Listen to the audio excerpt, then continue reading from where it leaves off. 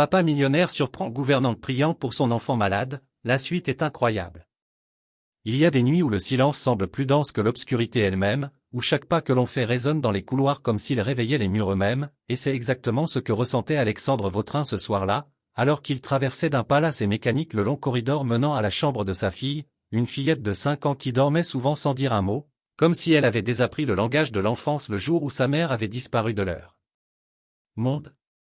Ce soir-là, Alexandre était rentré plus tôt, non pas par souci paternel, mais parce qu'une réunion importante avait été annulée, ce qui lui laissait un vide imprévu dans un emploi du temps normalement saturé par les chiffres, les transactions, les acquisitions, et toutes ces urgences factices qui, depuis des années, l'avaient éloigné de tout ce qui comptait vraiment, jusqu'à en oublier la texture d'un regard d'enfant ou la chaleur d'un rire sincère.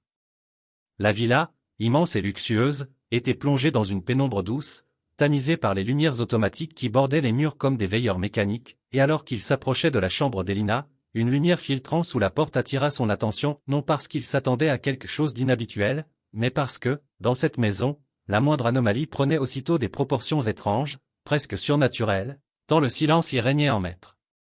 Il posa la main sur la poignée, prêt à entrer, mais il s'immobilisa subitement lorsqu'il entendit une voix douce, basse, fragile, presque tremblante qui ne ressemblait ni à celle de sa fille ni à celle de l'une des employées habituelles, une voix qui murmurait non pas des mots d'adulte mais une prière authentique, intime, chargée d'un espoir si nu qu'il en était presque douloureux à entendre. Seigneur, si tu m'entends, protège-le encore une nuit, je ne te demande pas de miracle, seulement un souffle de plus, un jour de plus. C'était Isabelle, la nouvelle gouvernante, celle qu'il avait embauchée quelques semaines plus tôt sans vraiment la regarder, sans s'attarder sur les lignes de son visage fatigué ni sur la lueur inquiète qui habitait ses yeux. Il se souvenait juste d'avoir signé le contrat rapidement, pressé de déléguer cette responsabilité de plus, incapable alors d'imaginer que cette femme, aussi discrète qu'un courant d'air, portait en elle un drame silencieux que personne ici ne voyait. Il resta là, immobile, figé dans l'ombre comme s'il espionnait un secret sacré, tandis que la voix d'Isabelle continuait, entrecoupée parfois de silences pleins de larmes retenues. Elle priait non pas pour elle, ni même pour sa propre sécurité, mais pour son fils, un enfant malade, hospitalisé, qu'elle ne pouvait voir qu'aux rares heures de visite, un enfant dont elle ne parlait jamais, qu'elle portait pourtant en elle à chaque instant comme un poids brûlant, un amour douloureux qu'aucun mot ne pouvait traduire. Alexandre sentit son souffle se bloquer dans sa gorge, non pas par émotion immédiate, mais par ce choc glacial qu'on ressent lorsque la réalité frappe d'un coup, brisant la vitre confortable de l'indifférence, car il comprenait soudain que cette femme, que tout le monde croisait sans la voir, vivait avec une intensité 1000 fois plus forte que tous les prétendus enjeux de sa propre existence dorée. Il recula lentement, sans faire de bruit, et se réfugia dans le salon désert, où le tic-tac d'une horloge semblait le narguer, comme si le temps lui-même, désormais, lui demandait « Et toi, que vas-tu faire maintenant que tu sais ?»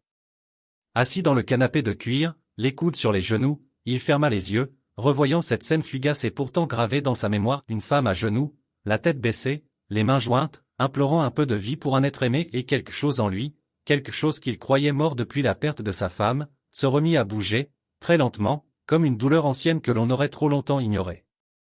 Ce n'était pas de la pitié qu'il ressentait, non, car la pitié est un sentiment condescendant, distant, presque froid. Ce qu'il ressentait, c'était une forme de respect brut, d'admiration presque douloureuse, un mélange de culpabilité et de honte, car lui qui avait tant, absolument tout, n'était même pas capable de prononcer une prière pour sa propre fille, alors qu'Isabelle, elle, offrait chaque mot de son cœur pour un petit garçon invisible, souffrant quelque part dans un hôpital où les murs sentaient la peur et les draps, l'humidité.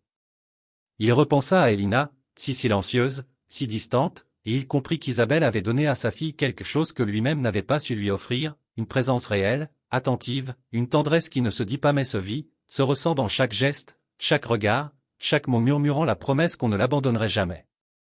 Et ce fut ce soir-là, dans cette pièce silencieuse et dorée, que quelque chose changea en lui, imperceptiblement d'abord, comme une fissure dans une armure trop longtemps portée, mais il le savait, il le sentait, cette prière qu'il n'était pas censé entendre venait de tout bouleverser, non pas parce qu'elle lui demandait quoi que ce soit, mais parce qu'elle révélait ce qu'il avait oublié, la puissance de l'amour désintéressé, la force tranquille des cœurs simples, et la brutalité tendre de la foi lorsqu'elle jaillit du désespoir. Il se leva enfin, la gorge serrée, les poings crispés, sans encore savoir ce qu'il ferait, mais avec une certitude nouvelle, il devait en apprendre plus, comprendre ce qu'Isabelle vivait, et surtout, découvrir qui était cet enfant pour qui elle priait chaque nuit. Car désormais, il ne pouvait plus détourner le regard. Et ce qu'il allait découvrir allait changer sa vie à jamais. Le lendemain matin, alors que les premiers rayons du soleil perçaient timidement à travers les rideaux immaculés du grand salon, filtrant la lumière en stries dorées sur le parquet ciré comme si le jour lui-même hésitait à se dévoiler pleinement dans une maison encore engourdie par le silence, Alexandre descendit les escaliers d'un pas lent, presque prudent, comme s'il craignait de rompre un fragile équilibre qui s'était installé dans son esprit depuis la veille, depuis cette prière volée qui n'avait cessé de résonner en lui, comme une mélodie discrète qu'on n'arrive plus à oublier, même sans en connaître les mots exacts.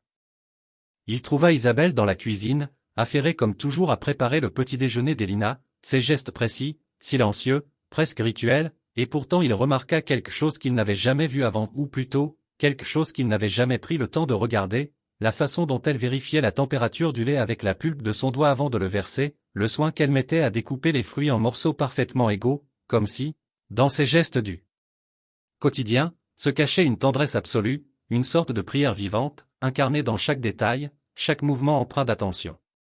Il l'observa quelques instants sans rien dire, puis, d'une voix plus douce que d'ordinaire, presque étranglé par le poids de ce qu'il avait à dire ou à ne pas dire, il la salua simplement, « Bonjour, Isabelle ». Elle sursauta légèrement, comme si elle ne s'attendait pas à sa présence aussitôt, et lui adressa un sourire poli, un peu crispé, celui que l'on offre aux patrons puissants qui n'ont jamais daigné vraiment vous adresser la parole autrement que pour donner des ordres brefs, impersonnels, fonctionnels. Mais lui ne détourna pas le regard, au contraire, il le soutint, et ce qu'elle y vit, sans doute pour la première fois, c'était une forme de trouble sincère, une hésitation presque vulnérable, comme si l'homme qui se tenait devant elle n'était plus seulement le PDG charismatique au regard froid, mais un père qui commençait à peine à comprendre qu'il avait été aveugle trop longtemps, un homme soudainement déstabilisé par ce qu'il avait aperçu derrière la porte entr'ouverte la veille. « Je vous ai entendu prier hier soir. » Les mots étaient tombés d'un coup, presque trop vite, comme une confession involontaire, et le silence qui suivit fut si lourd que même le tic-tac de l'horloge sembla s'arrêter un instant, suspendu dans l'attente d'une réaction. Isabelle pâlit légèrement, se raidit, puis baissa les yeux vers ses mains encore pleines de miettes, comme si elle cherchait une échappatoire dans la texture du pain qu'elle tenait, mais elle ne nia pas, ne tenta pas de se justifier, elle resta simplement là, debout, droite malgré sa fragilité apparente, et sa voix, lorsqu'elle parla enfin, était calme, posée, empreinte d'une dignité silencieuse. « Je suis désolé si cela vous a dérangé, ce n'était pas mon intention, c'est juste que, parfois. C'est tout ce qu'il me reste. » Alexandre, déstabilisé par cette réponse d'une humilité poignante, sentit sa gorge se serrer, car il comprenait soudain que cette prière n'était pas une faiblesse, ni même une demande adressée à lui, mais un acte de résistance silencieuse, un cri de foi lancé dans le vide par une mère qui n'avait plus que cela pour tenir debout. Alors, dans un élan qu'il ne se connaissait pas, il lui demanda, presque à voix basse, « Parlez-moi de lui, de votre fils. » Isabelle resta muette quelques secondes, puis releva lentement les yeux vers lui, et dans son regard, il lut à la fois de la surprise, de la douleur, mais aussi un soupçon d'espoir, fragile, vacillant, comme une flamme menacée par le vent mais encore vivante, et elle murmura enfin, « Il s'appelle Nathan, il a 7 ans, il souffre d'une maladie génétique rare qui attaque ses muscles, il ne peut plus marcher, ni tenir debout seul. Il est hospitalisé à Sainte-Anne depuis 4 mois maintenant. Je vais le voir chaque dimanche, pendant 1 heure, et chaque fois, j'ai l'impression de le quitter un peu plus. » Il n'y avait pas de plainte dans sa voix, seulement une vérité nue, brutale, et Alexandre sentit un frisson lui parcourir l'échine, non pas à cause de la maladie, mais à cause de cette force tranquille qu'il découvrait en elle, cette capacité à aimer malgré tout, à donner sans recevoir, à rester droite dans la tempête. Il voulut dire quelque chose, offrir son aide, promettre un traitement, une prise en charge, mais il se retint, car il comprit que ce dont elle avait besoin en cet instant, ce n'était pas de solutions miraculeuses ou de gestes grandiloquents, mais d'être écoutée, reconnue, considérée comme une mère avant d'être une employée. C'est ce jour-là qu'il demanda à Elina, pour la première fois depuis des mois, si elle voulait qu'il l'accompagne à l'école. Elle ne répondit pas, mais elle le regarda longuement, puis hocha la tête doucement, et il sut que quelque chose, là aussi, était en train de changer. La journée passa lentement, comme si le temps lui-même s'était mis à respecter ce nouvel équilibre encore fragile, mais chargé de possibles, et le soir venu, alors qu'il rentrait du bureau plus tôt que d'habitude, il prit une décision sans vraiment la comprendre, guidé uniquement par un instinct nouveau, comme un fil invisible le tirant dans une direction qu'il n'avait jamais osé suivre. Il composa le numéro de l'hôpital Sainte-Anne, demanda des informations sur un petit garçon nommé Nathan Giraud, et après quelques hésitations de la part de l'infirmière, obtint la confirmation qu'il était bien hospitalisé là, dans l'aile pédiatrique, chambre 403, sous surveillance constante. Son cœur battait vite, trop vite, et il ne savait pas encore ce qu'il allait faire de cette information, mais il savait qu'il ne pouvait pas rester immobile, qu'il lui fallait voir cet enfant, comprendre ce que vivait Isabelle au-delà des mots, toucher du doigt ce monde dont il n'avait entrevu que l'ombre. Mais ce qu'il allait découvrir en franchissant la porte de cette chambre allait le confronter à une vérité encore plus bouleversante, une vérité qu'Isabelle elle-même ignorait. Car dans ce lit d'hôpital, ce n'était pas seulement la maladie qui retenait l'enfant prisonnier, mais un secret que personne n'avait osé nommer. Et ce secret risquait de tout changer. Lorsqu'Alexandre poussa la porte blanche de la chambre 403, accompagné du silence feutré qui régnait dans les couloirs de l'aile pédiatrique comme une ombre douce mais lourde, il ne s'attendait pas à ressentir cette étrange sensation de bascule intérieure, ce vertige sourd qui s'empare de vous lorsque le monde, dans sa brutalité comme dans sa beauté, se dévoile tout à coup sans artifice, sans filtre, vous laissant nu face à ce que vous avez trop longtemps refusé de voir, trop occupé à construire des murailles autour de vos propres douleurs, de vos propres regrets, croyant que l'argent ou la réussite suffisait à vous protéger de l'essentiel. La chambre était baignée d'une lumière jaune pâle, filtrée par les stores partiellement baissés, et au centre, dans un lit trop grand pour son petit corps amaigri, un garçon dormait, immobile, les bras le long du corps, des fils transparents serpentant sur ses draps jusqu'à des machines silencieuses qui pulsaient la vie comme une respiration artificielle, un battement mécanique remplaçant ceux qui peinaient dans son torse fragile. Alexandre resta un instant figé, incapable d'avancer, comme si la réalité de cet enfant, que jusque-là il n'avait connu que par la voix vacillante d'Isabelle, le frappait maintenant en pleine poitrine avec une force inattendue, le ramenant à une époque lointaine qu'il avait soigneusement enfouie dans un coin obscur de sa mémoire, une époque où il avait lui aussi veillé un enfant alité, les mains tremblantes et le cœur en feu, mais cet enfant-là, c'était le sien. Il s'approcha lentement du lit, son souffle court, ses mains moites, et observa le visage de Nathan, un visage d'une douceur presque irréelle, aux traits fins, aux paupières closes comme celles d'un ange endormi, les lèvres entr'ouvertes dans un soupir silencieux, et soudain, un détail le frappa de plein fouet, la fossette sur la joue gauche, identique à celle d'Elina lorsqu'elle riait, un pli discret mais familier, si familier qu'il crut d'abord halluciner, victime d'un mirage tissé par l'émotion. Mais plus il regardait Nathan, plus une évidence effrayante s'imposait à lui, s'enroulant lentement autour de sa gorge comme un serpent de glace, ce n'était pas seulement une impression, ce n'était pas une coïncidence, il y avait dans ce visage un écho du sien, une trace de sa propre génétique, un reflet ténu mais indéniable, et une voix intérieure, impitoyable, surgit alors des ténèbres de sa conscience pour prononcer l'impensable. Cet enfant est peut-être le tien.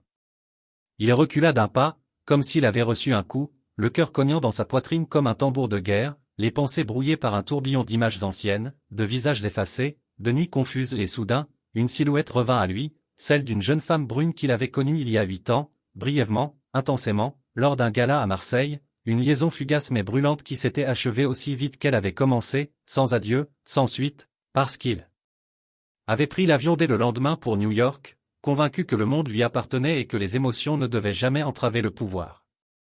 Et cette femme, il ne se souvenait plus de son prénom, seulement de son regard lumineux et de sa voix douce, portait le même nom de famille qu'Isabelle.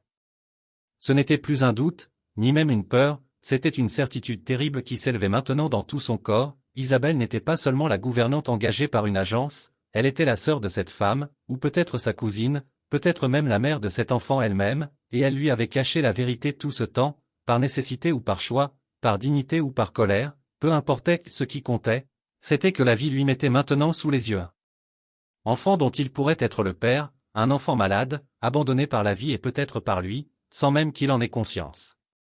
Le bruit soudain d'un chariot roulant dans le couloir le ramena brutalement au présent, et il quitta la chambre sans faire de bruit, refermant doucement la porte comme s'il craignait de briser le sommeil fragile de Nathan, puis marcha droit jusqu'à la sortie, les mains tremblantes, le cœur au bord de l'explosion, traversant les couloirs comme un spectre qui chercherait désespérément une réponse dans les murs.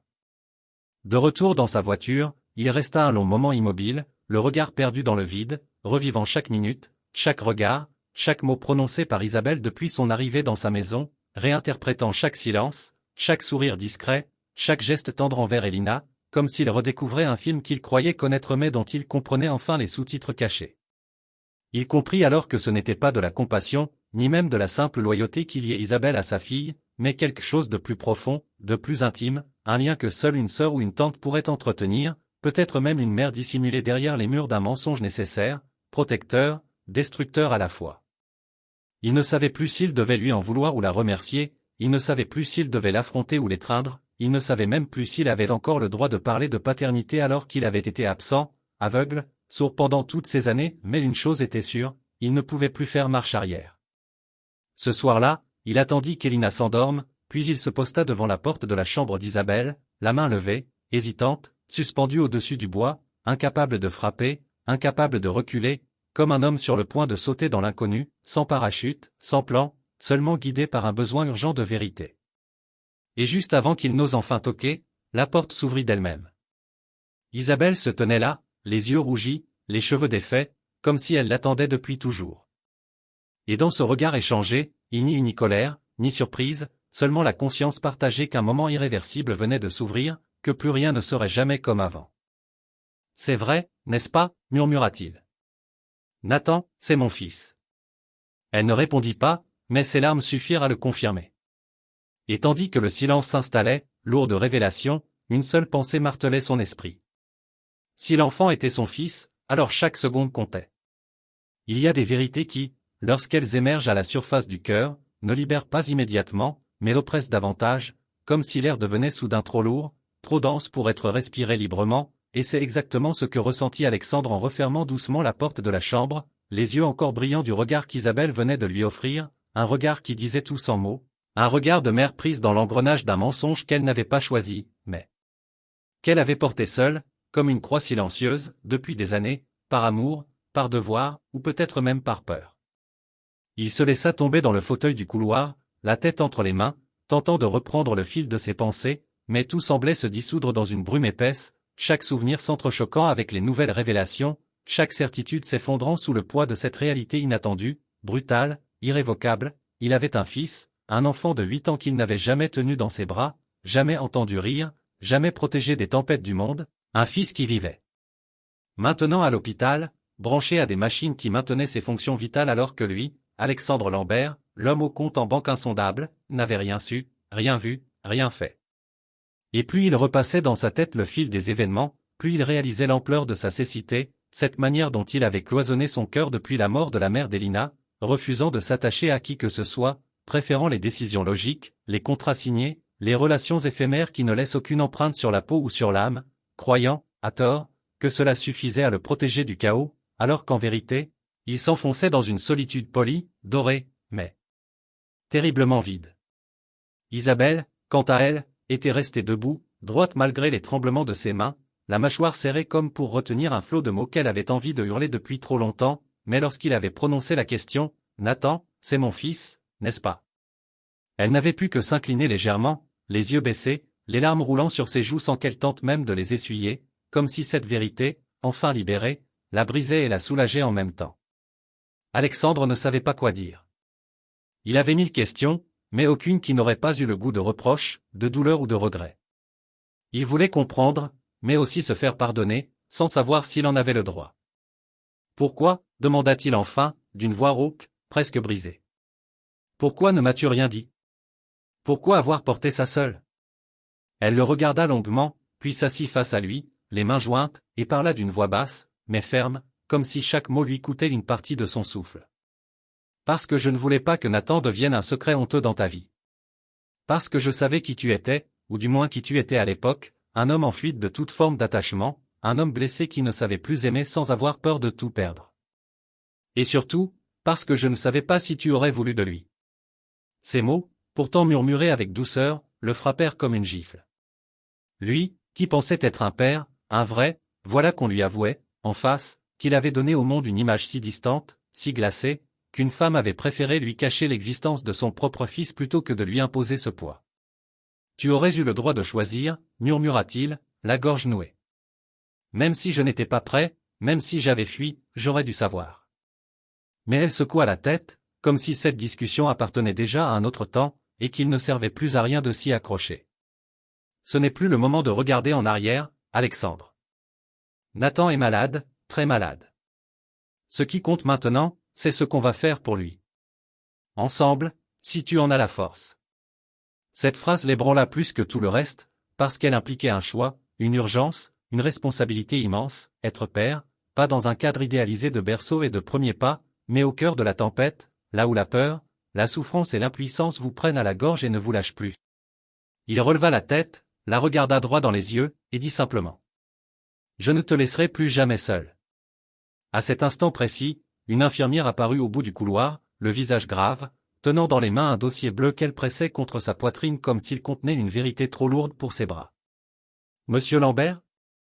Madame Fontaine? Le docteur Lefebvre veut vous voir immédiatement dans son bureau. Il y a des complications. Le temps sembla se suspendre. Ils se levèrent d'un même mouvement, le cœur battant, et marchèrent sans un mot, comme deux funambules s'avançant sur le fil ténu de l'inconnu. Le bureau était éclairé par une lumière artificielle, trop blanche, trop crue. Le docteur Lefebvre les attendait, debout derrière son bureau, le visage figé dans cette expression que seuls les médecins savent porter, cette combinaison étrange de professionnalisme et de compassion contrôlée. « Asseyez-vous », dit-il calmement. « Il faut qu'on parle de la dernière IRM de Nathan. » Isabelle agrippa le bras d'Alexandre, comme si elle cherchait à se raccrocher à quelque chose de solide, et il sentit son propre cœur se contracter douloureusement. « Le traitement ne fonctionne plus comme espéré, » reprit le médecin. « Son état s'est aggravé ces dernières heures. On doit envisager une intervention plus risquée, une greffe rare, très rare. Et il y a un facteur crucial que vous devez savoir. » Il marqua une pause, comme pour mesurer la portée de ce qu'il allait dire, puis plongea son regard dans celui d'Alexandre. Pour maximiser les chances de réussite, il nous faut un donneur avec une compatibilité génétique très spécifique. Et selon les résultats du test sanguin préliminaire effectué aujourd'hui, vous êtes le seul parent compatible, monsieur Lambert. Le silence qui suivit fut total, glacial, presque sacré. Alexandre sentit le sol se dérober sous lui, non pas de peur, mais de vertige, comme si la vie le plaçait maintenant devant le miroir le plus absolu de sa propre humanité. Il n'avait plus de choix. « Que dois-je faire » demanda-t-il d'une voix blanche. Le médecin le regarda avec gravité. « Vous devez décider si vous êtes prêt à donner une partie de vous, pour lui sauver la vie. Il y a des instants dans la vie qui vous arrachent à vous-même, qui vous dépouillent de tout ce que vous croyez être, de tout ce que vous pensiez savoir sur le monde, sur les autres, sur vous, et qui vous obligent à regarder, sans filtre, sans artifice, la personne que vous êtes vraiment, celle que vous étiez peut-être en train de devenir sans même le vouloir, et c'est exactement ce que vécut Alexandre Lambert, ce matin-là, en enfilant la blouse d'hôpital qui dissimulait à peine sa peur, sa tendresse, et cette part de lui qu'il s'apprêtait à donner à son fils, non pas comme un acte héroïque, mais comme une forme de renaissance, comme une façon de dire enfin, je suis là, pas en parole mais en cellule, en sang, en souffle. Assis sur la table d'opération, le cœur battant si fort qu'il croyait l'entendre résonner dans les murs froids de la salle, il revoyait par bribes ce qu'avait été sa vie jusque-là, les deals bouclés à coups de millions, les hôtels de luxe, les dîners sans lendemain, les avions privés, les sourires figés de politesse hypocrite, cette cage dorée qu'il avait construite pour fuir la douleur de l'attachement, et au cœur de ce défilé d'ombre, une silhouette revenait sans cesse, celle d'Isabelle.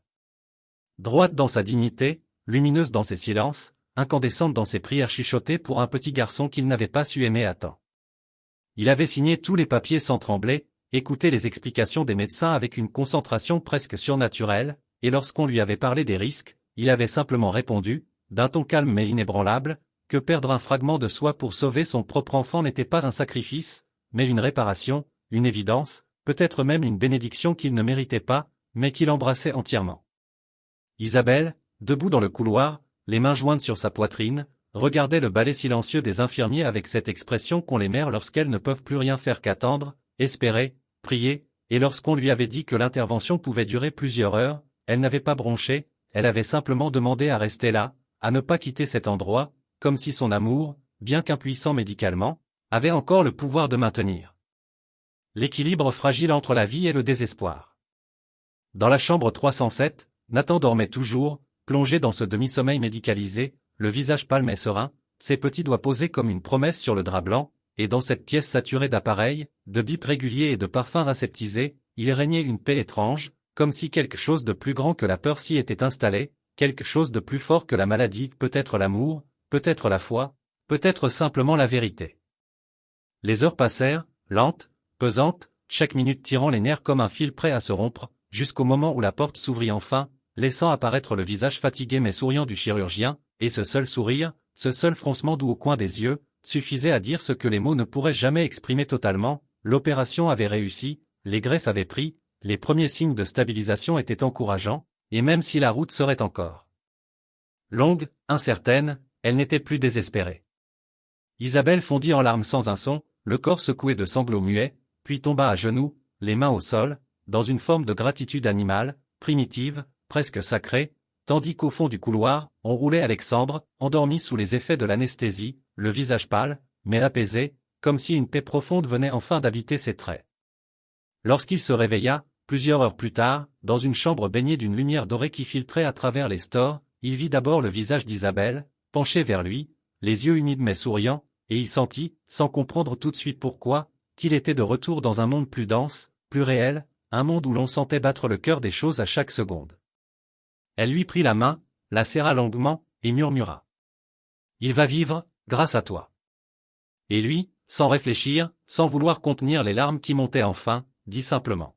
« Grâce à nous. » Les jours qui suivirent furent comme un rêve suspendu entre douleur physique et guérison émotionnelle, un balai fragile entre soins médicaux et retrouvailles progressives, et à mesure que Nathan reprenait des couleurs, qu'il ouvrait les yeux, qu'il bougeait ses mains et formait, pour la première fois, des signes adressés à Alexandre, des signes qu'il avait appris auprès de sa mère, des gestes tendres, hésitants, mais clairs, l'homme sentit une part de lui se recoller, une faille se refermer, une chanson ancienne remontait du fond de son âme.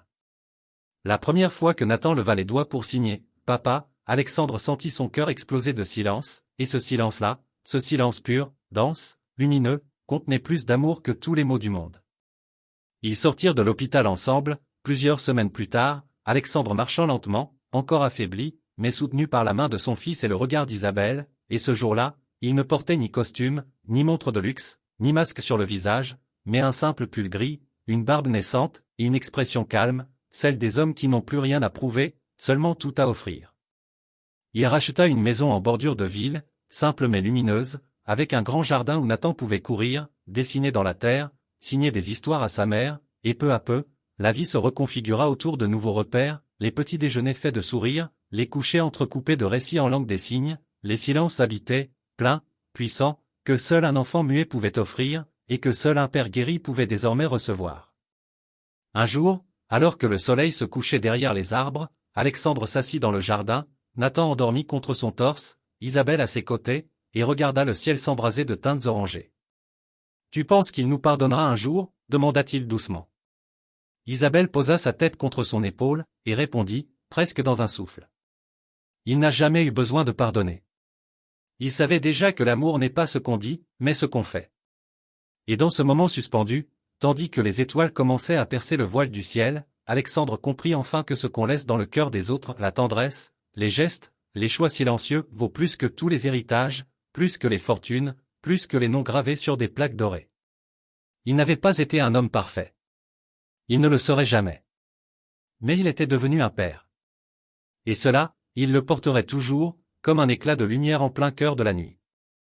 La pièce était baignée d'une lumière calme, presque irréelle, comme si le temps lui-même avait ralenti, retenu par la gravité silencieuse d'un instant trop précieux pour s'échapper.